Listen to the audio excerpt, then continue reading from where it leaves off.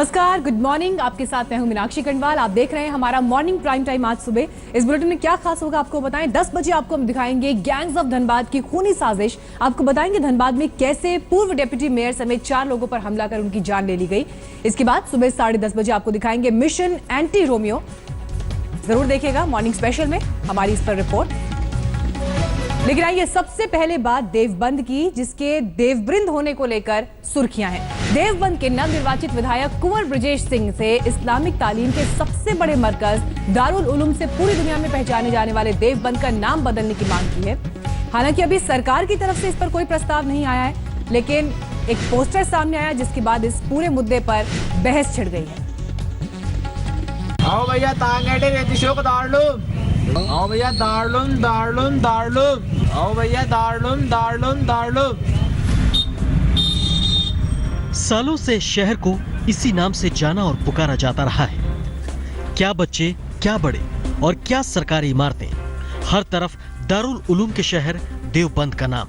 देवबंद का नाम लेते ही सबसे पहले जो तस्वीर जेहन में आती है वो है इस्लामी संस्था दारुल उलूम की। देवबंद शहर और दारुल उलूम का चोली दामन का साथ है। ये दोनों नाम एक ही सांस में लिए जाते रहे हैं। इस्लामी मरकज की शीर्ष संस्था दारुल उलूम के शहर देवबंद का नाम एक बार फिर से चर्चा में है, लेकिन इस बार चर्चा दारुल उलूम की वजह से नहीं, खुद शहर के नाम की वजह से है। दरअसल इन दिनों शहर के चौक चौराहों पर यह पोस्टर चस्पा है। वैसे तो इसमें हालिया चुनाव में जीते बीजेपी विधायक ब्रजेश सिंह जनता का आभार जताते दिख रहे हैं, लेकिन यहाँ शहर का नाम देवबंद की जगह देववृंद लिखा गया है। विधायक जी शहर के नाम को बदलने के झंडा बरदार हैं। फरमाते हैं ये तो जनता की मांग है और वो इसका प्रस्ताव उत्तर प्रदेश विधानसभा के आने वाले सत्र में रखेंगे। अब विषय देवबंद या देववृंद का नहीं है, मुद्दा सबसे बड़ा विकास का ही था। लेकिन जब मैं अपने चुनाव क्षेत्र के चुनाव प्रचार के दौरान अपने क्षेत्र में था, तो चुनाव प्रचार के दौरान मेरे क्षेत्र की जनता ने मुझसे मांग की थी कि देवबंद जो है एक देववृंद का अपभ्रंश है और उस देवबंद का अगर देववृंद हो जाएगा तो इसमें कोई ऐसी मांग नहीं थी, और चूंकि जनता ने मांग की थी इसलिए मैंने ऐसा बोला। 1 लाख की आबादी वाले इस कस्बे में स्थित त्रिपुर बाला सुंदरी पीठ को हिंदुओं के प्रसिद्ध धार्मिक स्थल के रूप में माना जाता है, जहाँ हर साल मेला लगता है और लाखों लोग मन्नत मांगने यहाँ आते हैं। वहीं शहर इस्लामी मरकज की शीर्ष संस्था दारुल उलूम के शहर के नाम से भी जाना जाता है। अब शहर में बहस छिड़ गई है। हर किसी की अपनी अपनी दलील। कई देवबंद को मुगल कालीन नाम बताते हैं, तो मुस्लिम समुदाय में कई लोग इस प्रस्ताव को भारत की संस्कृति में मुसलमानों के योगदान को मिटाने की एक कोशिश समझ रहे हैं। देवबंद की जो पहचान है वो दारुल उलूम के कारण देवबंद की पहचान नहीं है। दारुल उलूम का इतिहास होगा 100 साल पहला होगा, 150 साल पहला होगा, लेकिन देवबंद की जो पहचान है वो माँ त्रिपुर बाला सुंदरी के कारण है। नहीं, इसकी पहचान देववृंद के कारण थी और बीच में ये बदलता ये देवबंद हो गया। जो अभी डेवलपमेंट का नारा देकर बीजेपी ने जो हुकूमत में आई और लोगों ने इतना बड़ा उससे मैंडेट दिया कि इतना छोटा सा इशू करने के लिए, सिर्फ नाम बदलने के लिए। शहर का एक बड़ा तबका पूछ रहा है कि क्या विकास के नाम पर सत्ता पर आई सरकार नाम बदलकर विकास करेगी। सवाल पूछने वाले दोनों समुदाय से हैं। हमारे जो देवबंद क्षेत्र है इसमें विकास होना चाहिए। देवबंद क्षेत्र को एक जिला का दर्जा मिलना चाहिए और फिर इसके बाद इसका नाम देवबंद से देवबंद होना चाहिए। इसके लिए हम सब युवा भारतीय जनता पार्टी का समर्थन देंगे। देवबंद का नाम जो है क्या देश का सबसे बड़ा मसला ये है क्या अगर इसको हटा देंगे आप तो ये हो जाएगा, या देवबंद के नाम बदल देने से जो रोड नहीं बने वो बन जाएंगे, जो स्कूलों में पढ़ाई सही से नहीं हो रही है वो हो जाए। इसका एक फायदा मुझे बता दें, उसके बाद चेंज कर लें आप।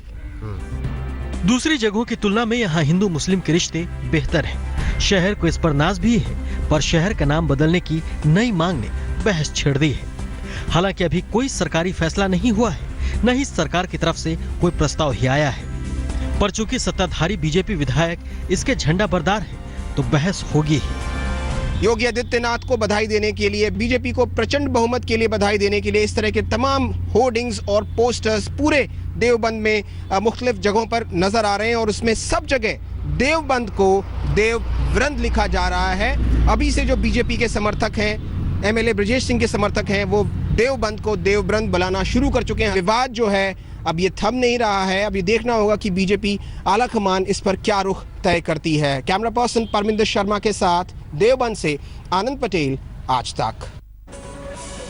देवबंद या देववृंद, अब इसे लेकर ये बहस अब नए सिरे से छिड़ गई है। हमारे साथ इस वक्त लखनऊ से शिव पूजन झा हमारे संवाददाता मौजूद हैं, साथ ही आनंद कुमार पटेल हमारे साथ मौजूद है दिल्ली से, उनके पास भी हम चलेंगे। शिव, पहले आपके पास हम आएंगे।